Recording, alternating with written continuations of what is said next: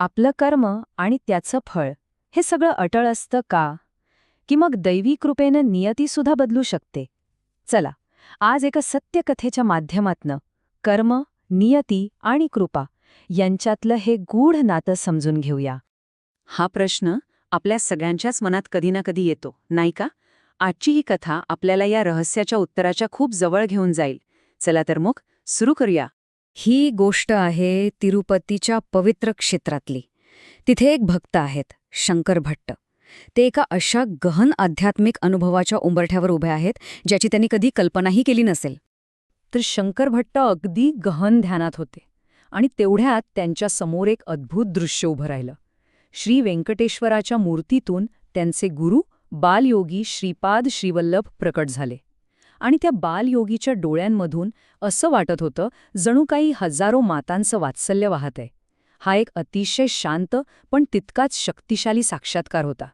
गुरु आणि शिष्याच्या अतूट नात्याची ती एक साक्षच होती.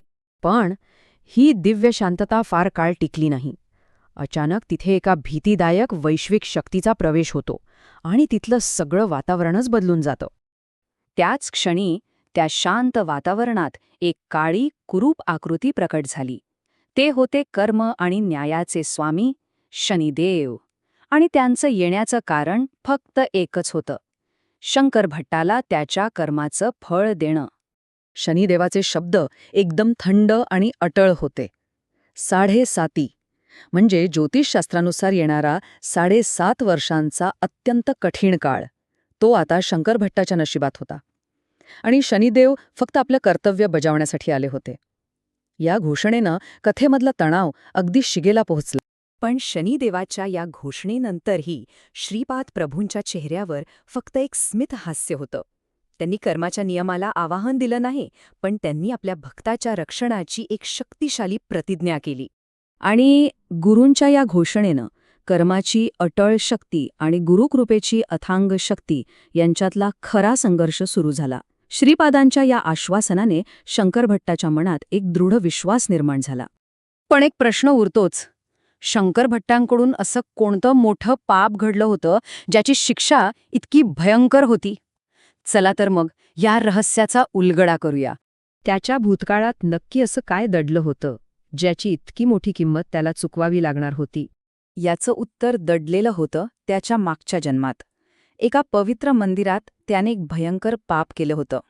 हो, हेच ते कृत्य होतं. दत्तप्रभूंच्या साक्षीनं आपल्याच मित्राच्या पत्नीला जुगारात डावावर लावणं हा एक अक्षम्य अपराध होता.